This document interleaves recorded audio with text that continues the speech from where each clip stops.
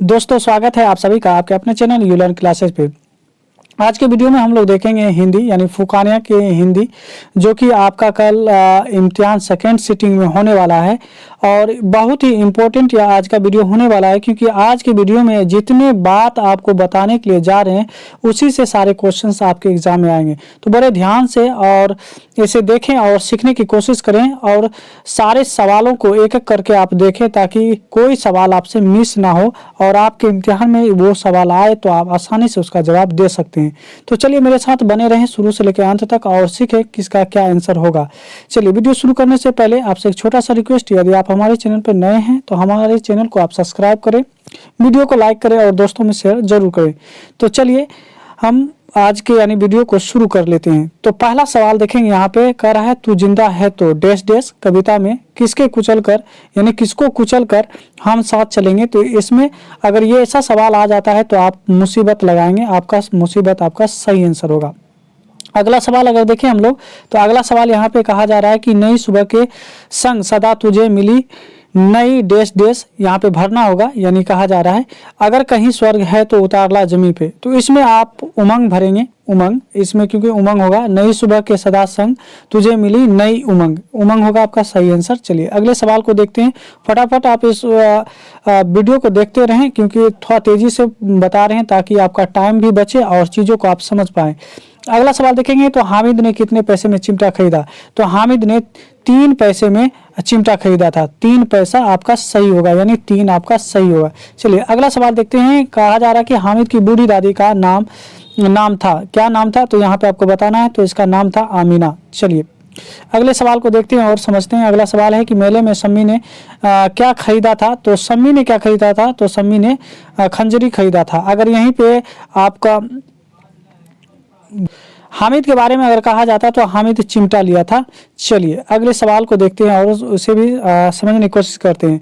देखिए अगला सवाल अगर देखेंगे तो कह रहा है चिलचिलाती धूप को जो चांदनी देवे बना, किस कविता की पंक्ति है यानी किस कविता के से ये पंक्ति को लिया गया है। तो ये कविता का नाम है कर्मवीर। तो आपका सही आंसर हो जाएगा कर्मवीर। चलिए अगले सवाल की ओर और अगले सवाल को समझते हैं और इसे भी बनाते हैं। कह रहा है कि कर्मवीर कांच को क्या करके दिखा देते हैं। तो कर्मवीर में आपको पढ़ाए थे कि कांच को जो है कांच को रतन बनाकर दिखाते हैं। चलिए अगले सवाल को पढ़ते हैं और समझते हैं। अगला सवाल देखेंगे, करा कवि हरिओद द्वारा पाठ्य पुस्तक की रचित कविता इनमें कौन है। यानी यहाँ पे 4 ऑप्शन है, इसमें बताना कि हरिओद का कौन सा कविता है।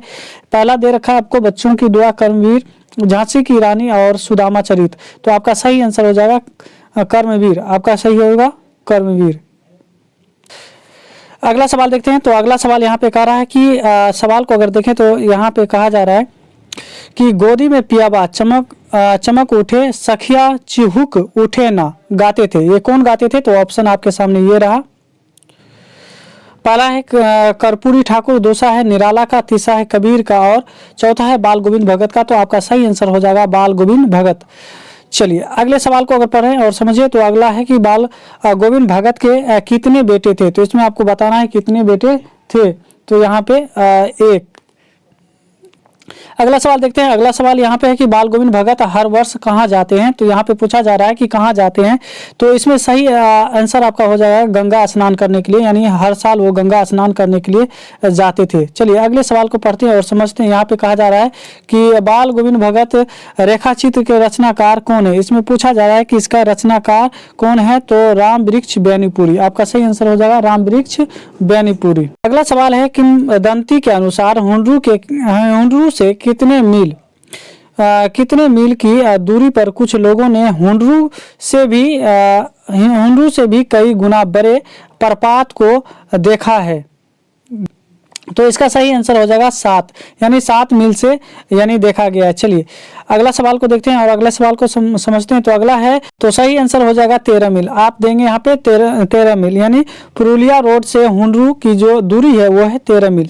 अगला सवाल को देखते हैं। अगला सवाल यहाँ पे कहा जा रहा है कि सोन रेखा नदी कहाँ गिरती है। सोन जो रेखा नदी है वो कहाँ गिरती है। तो ऑप्शन आपको दे दिया है आपको, हिंद महासागर, अरब सागर और बंगाल की खाड़ी और गंगा की नदी। तो इसमें आपको सही आंसर तो यहाँ पे सही आंसर हो जाएगा आपका बंगाल की खाड़ी, यानी बंगाल की खाड़ी में जाके गिरती है। अगला सवाल देखें तो अगला सवाल यहाँ पे कहा जा रहा है कि कामता प्रसाद सिंह काम का यात्रा वृतांत है, ये क्या चीज का है? तो हुंडरू का जल प्रपात है होगा, तो सही आंसर आपका बी हो जाएगा। चलिए अगले सवाल की ओर बढ़ते हैं। अगला सवाल है कि गोपियों ने कृष्ण की मुरली क्यों छुपाई? तो यहाँ पे कहा है चुराने के लिए, बजाने के लिए, बातचीत करने की लोभ के लिए, और यहाँ पे है तंग करने के लिए। तो सही आंसर हो जाएगा आपका बातचीत करने के लोभ से। चलिए अगले सवाल को देखते हैं और उसे भी बनाने की कोशिश करते हैं। कह रहा है कि बिहारी के अनुसार मनुष्य किसके बिना बड़ा नहीं बन सकता है? पहला है धुन, दूसरा है क्रोध, और तीसरा है गुण, और चौथा है दोष। सही आंसर हो जाएगा इसमें आपका गुण, यानी गुण के अनुसार जो मनुष्य बड़ा नहीं हो सकता है। चलिए अगला सवाल को देखते हैं और उसे भी बनाते हैं। अगला सवाल इस प्रकार है। अगला सवाल कहा जा रहा है कि बिहारी के दोहे शीर्षक कविता का बिहारी किस से अपनी सांसारिक बाधाओं को दूर करने की प्रार्थना करता है? तो पहला इसमें ऑप्शन देखेंगे तो पहला है कि शिव प्रिया पार्वती, और फिर दूसरा है कृष्ण प्रिया राधा से, और फिर आपका राम प्रिया सीता से, चौथा आपका गणेश प्रिया लक्ष्मी से। तो आपका सही आंसर हो जाएगा कृष्ण प्रिया राधा से। चलिए अगले सवाल को बनाते हैं और समझते हैं।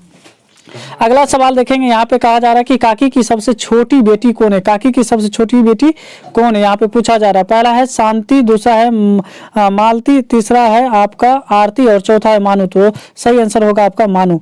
अगले सवाल को देखते हैं और बनाते हैं। अगला सवाल है आपका कि मिथिलांचल की लोक संस्कृति का प्रभाव वर्णन है, किसमें वर्णन किया गया है? तो पहला आप देखेंगे, इसका सही आंसर हो जाएगा ठेस। इसमें सही आंसर आप क्या देंगे? तो इसमें हो जाएगा ठेस, यानी ठेस इसका सही आंसर होगा। चलिए अगले सवाल की ओर बढ़ते हैं और समझते हैं।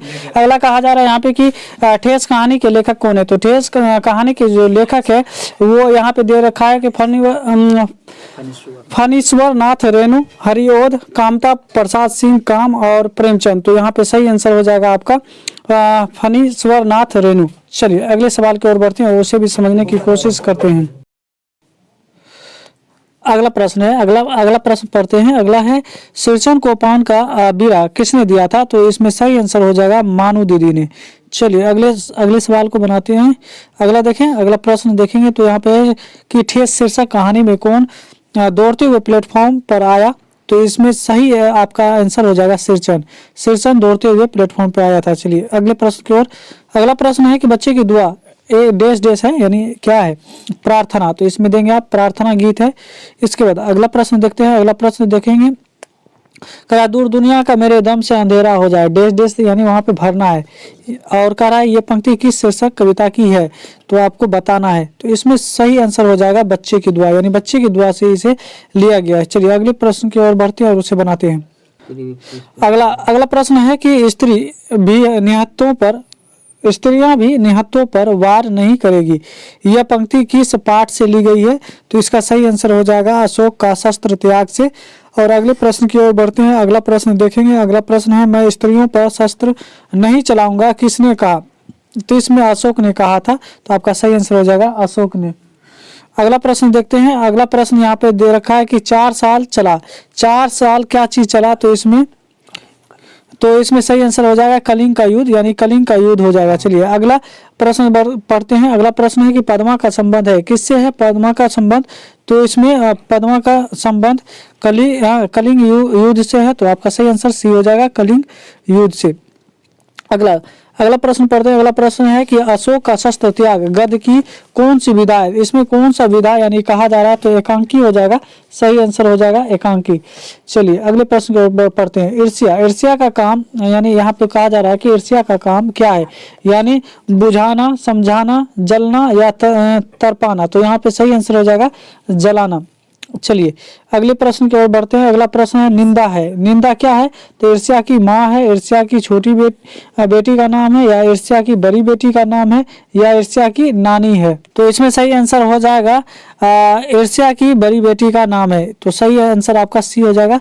चलिए अगले प्रश्न की ओर बढ़ते हैं। अगला प्रश्न है आपका कि ईर्ष्या तू न गई मेरे मन से के रचयिता, यानी इसके लेखक कौन है? तो यहाँ पे दे रखा है आपको रामधारी सिंह दिनकर, प्रेमचंद, आचार्य और उसके बाद वंशीधर श्रीवास्तव है, तो सही आंसर हो जाएगा रामधारी सिंह दिनकर। चलिए अगले प्रश्न की ओर बढ़ते हैं। अगला प्रश्न है कि भक्ति काल के कवि थे, भक्ति काल के कवि कौन थे? तो यहाँ पे सही आंसर हो जाएगा कबीरदास, कबीरदास इसका सही आंसर हो जाएगा। चलिए अगले प्रश्न की ओर बढ़ते हैं। अगला प्रश्न है आपका कि कबीर ने कागद की लेखी यानी कागद की लेखी की जगह किसकी यानी प्रतिष्ठा की है? तो यहाँ पे कान सुनी, आँख आँखन देखी और बात सुनी और उपयुक्त सभी, तो यहाँ पे सही आंसर हो जाएगा इसमें आँखिन देखी, यानी आपका ऑप्शन नंबर 20 सही होगा। चलिए अगले प्रश्न की ओर। अगला प्रश्न है कि विक्रमशिला विश्वविद्यालय के प्रथम कुलपति कौन थे? तो यहाँ पे प्रथम कुलपति पूछा जा रहा है, इसमें पूछा जा रहा है कि प्रथम कुलपति कौन थे। तो चलिए इसके ऑप्शन को दिखाते हैं और समझ। तो ऑप्शन आपका है यहाँ पे देखेंगे तो ऑप्शन आपका इस तरह से है, हरिभद्र और शीलभद्र है, फिर शांति रक्षित और धर्मपाल, तो इसमें सही आंसर हो जाएगा हरिभद्र। चलिए अगले प्रश्न को पढ़ते हैं और उसे भी समझने की कोशिश करते हैं। तो अगला प्रश्न है कि विक्रमशिला के प्रांगण में कितने महाविद्यालय थे? तो इसमें पूछा जा रहा है कि कितने महाविद्यालय थे, तो आपका सही आंसर हो जाएगा, तो इसका सही आंसर हो जाएगा यहाँ पे आपका 6, यानी सही आंसर 6 हो जाएगा। चलिए अगले प्रश्न की ओर बढ़ते हैं और अगला प्रश्न यहाँ पे कि संजू को डायरी लिखने की प्रेरणा किस महापुरुष से मिली? तो यहाँ पे आप देखेंगे कि आपका ऑप्शन है डॉक्टर राजेंद्र प्रसाद बापू से और नेहरू से, और साथ ही साथ एक और ऑप्शन है सरदार वल्लभ भाई पटेल से। तो यहाँ पे महात्मा गांधी यानी बापू से यानी प्रेरणा मिली थी, तो सही आंसर हो जाएगा आपका ऑप्शन यानी बी। चलिए अगले प्रश्न की ओर बढ़ते हैं। अगला प्रश्न देखिए यहाँ पे है कि संजू की किस सहेली की शादी बचपन में ही कर दी गई थी? तो सही आंसर हो जाएगा यहाँ पे नीलू की। चलिए अगले प्रश्न की ओर बढ़ते हैं। अगला प्रश्न है कि तोतो चान किसकी कहानी है? तोतो चान किसकी कहानी? तो सही आंसर इसमें हो जाएगा आपको जापानी लड़की की, यानी जापानी लड़की की। चलिए अगले प्रश्न की ओर बढ़ते हैं। अगला प्रश्न है कि पीपल पाठ की विधा है, तो यानी पीपल जो है पाठ जो है ये किसकी विधा है, यानी कहानी है, निबंध है या फिर डायरी है या कविता है? तो सही आंसर हो जाएगा आपका कविता, सही आंसर कविता हो जाएगा। चलिए अगले प्रश्न की ओर बढ़ते हैं। अगला प्रश्न है कि पीपल के आसपास कौन से पेड़ हैं? तो यहाँ पे जामुन पूछा जा रहा है, इमली पूछा जा रहा है, करील पूछा जा रहा है, तो इनमें से सभी आपका सही आंसर होगा कि इनमें से सभी यानी पीपल के आसपास यानी पेड़ थे। चलिए अगले प्रश्न की ओर बढ़ते हैं। अगला प्रश्न है कि गोपाल सिंह नेपाली की रचना यानी गोपाल सिंह नेपाली की रचना क्या है? तो जिंदा है तो पीपल, कर्मवीर और सुदामा चरित्र, इस चारों में आपसे पूछा जा रहा है कि गोपाल सिंह नेपाली, तो सही आंसर हो जाएगा यहाँ पे आपका पीपल का रचनाकार है। अगला सवाल पढ़े तो अगला सवाल कह रहा है दीनबंधु किसके नाम के साथ जोड़ा गया है? यहाँ पे मुक्तिबोध, जयशंकर प्रसाद, निराला और सुदामा चरित्र, तो सही आंसर हो जाएगा यहाँ पे दीनबंधु निराला, यानी दीनबंधु निराला, आपका निराला सही आंसर होगा। चलिए अगले प्रश्न की ओर बढ़ते हैं। अगला प्रश्न है कि दीनबंधु निराला पाठ की विधाएं किस पाठ की विधाएं, यानी दीनबंधु निराला तो कह रहा है कविता है, निबंध है, फिर यहाँ पे कहानी है और रेखा चित्र है, तो सही आंसर हो जाएगा निबंध। चलिए अगले प्रश्न की ओर आगे पूछ रहा है कि खेमा कैसी कहानी है, यानी खेमा जो है कैसी कहानी है? खेमा मनोवैज्ञानिक है और व्यंग्यात्मक है, फिर आपको सांप्रदायिक, उसके बाद अगला देखेंगे तो बाल मजदूर यानी यहाँ पे थोड़ा सा इसको हटा लें, नृशंसता को उभारने वाली, तो यहाँ पे सही आंसर हो जाएगा, तो सही आंसर हो जाएगा यहाँ पे बाल मजदूर की नृशंसता को उभारने वाली, यानी आपका यही कहानी है। चलिए अगले प्रश्न की ओर बढ़ते हैं और इसे भी समझने की कोशिश करते हैं। अगला प्रश्न देखेंगे यहाँ पे कसारा, ये यहाँ पे कसारा लिखा हुआ है, कसारा क्या लेने बाजार गया था? कसारा क्या लेने बाजार गया था? तो यहाँ पे आपका ऑप्शन दे रखा है दूध लेने, चाय पत्ती और शक्कर लेने, गुड़ लेने और यहाँ पे नमक लेने, तो सही आंसर हो जाएगा कि चाय पत्ती और शक्कर लेने के लिए गया था। अगला प्रश्न है यहाँ पे कि खेमा कितने वर्ष का था? तो इसमें सही आंसर हो जाएगा 8 से 9 वर्ष। देखिए हम थोड़ा सा तेजी इसलिए कर रहे हैं कि आपका टाइम बचे और आप जल्दी इसका यानी आंसर जान सके। अगला प्रश्न यहाँ पे कि खुशबू रचते हाथ पाठ की विधाएं, एक यानी कविता है, कहानी है या फिर आप यहाँ पे निबंध है या यात्रा है? तो सही आंसर हो जाएगा आपको यहाँ पे कविता है। क्या है? तो कविता है, सही ऑप्शन हो जाएगा ए। चलिए अगले यानी प्रश्न की ओर। अगला प्रश्न देखेंगे तो कह रहा है कि अरुण कमल यानी अरुण कमल द्वारा रचित कविता कौन है? तो अरुण कमल द्वारा रचित कविता आपका ऑप्शन यहाँ पे देख सकते हैं कि तू जिंदा है तो बच्चे की दुआ, पीपल और खुशबू रचते हाथ। तो सही आंसर हो जाएगा खुशबू रचते हाथ। चलिए अगले प्रश्न की ओर। अगला प्रश्न कर रहा है कि जैनब खानम कहाँ की रहने वाली थी। तो इसमें पूछा जा रहा है कहाँ की रहने वाली थी। यहाँ पे दिया है मथुरापुर, कहतर वा की, और रोहतास की, कैमूर की और भोजपुर की। तो सही आंसर हो जाएगा यहाँ पे तो सही आंसर हो जाएगा यहाँ पे आपका है ना मथुरापुर, कहतर वा की। चलिए अगले प्रश्न की ओर बढ़ते हैं। अगला प्रश्न आप देखेंगे यहाँ पे कहा जा रहा है कि कदम बड़ी होकर क्या बनना चाहती है। तो कदम बड़ी होकर डॉक्टर बनना चाहती है। चलिए अगले प्रश्न की ओर बढ़ते हैं और अगला प्रश्न है कि जैनब रक्षार्थ लड़कियों को किसका प्रशिक्षण देती है। तो इसमें आपका सही आंसर हो जाएगा कराटे की। चलिए अगले प्रश्न की ओर बढ़ते हैं।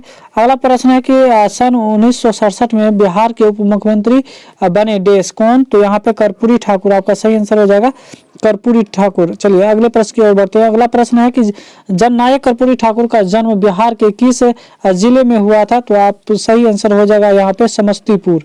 सही आंसर हो जाएगा समस्तीपुर। तो अगला प्रश्न देखें। तो अगला प्रश्न यहाँ पे दे रखा है आपको कि झांसी की रानी ने लड़ाई लड़ी थी, यानी लड़ाई लड़ी देश, यानी कहाँ लड़ी, यानी किससे लड़ी थी। तो औरंगजेब से, शाहजहां से, अकबर से या अंग्रेज से। तो सही आंसर हो जाएगा आपका अंग्रेज। चलिए अगला प्रश्न की ओर बढ़ते हैं। अगला प्रश्न है आपका कि पुरानी तलवार कब चमक उठी।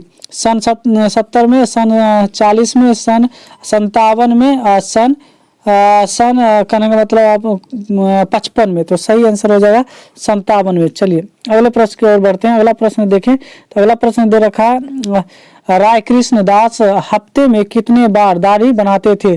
तो 9 बार, यानी सब हफ्ते में 9 बार यानी दाढ़ी बनाते थे।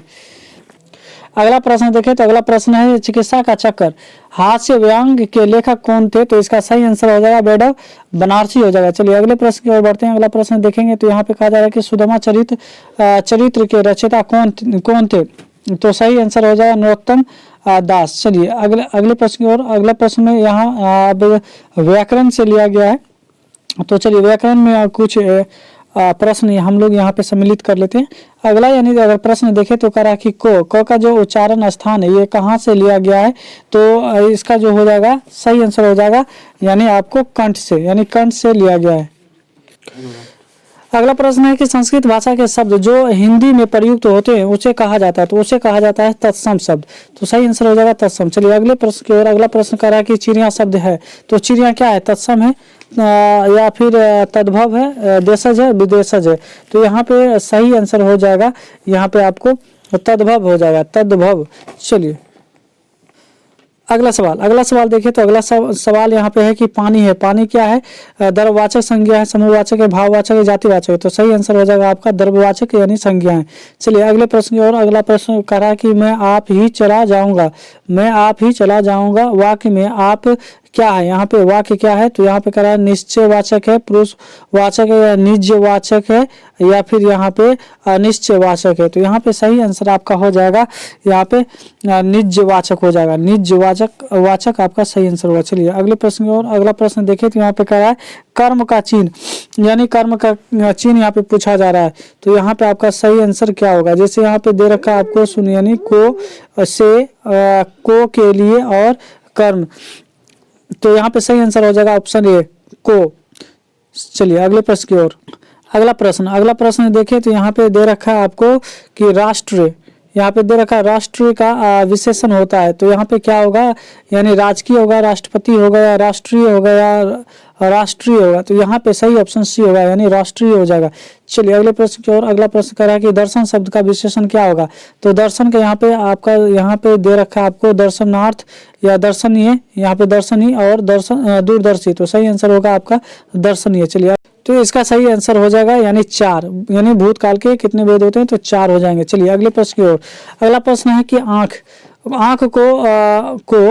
आंख कौन लिंग है। यहाँ पे पूछा जा रहा है आंख कौन लिंग है। तो यहाँ पे आपका सही आंसर हो जाएगा स्त्रीलिंग।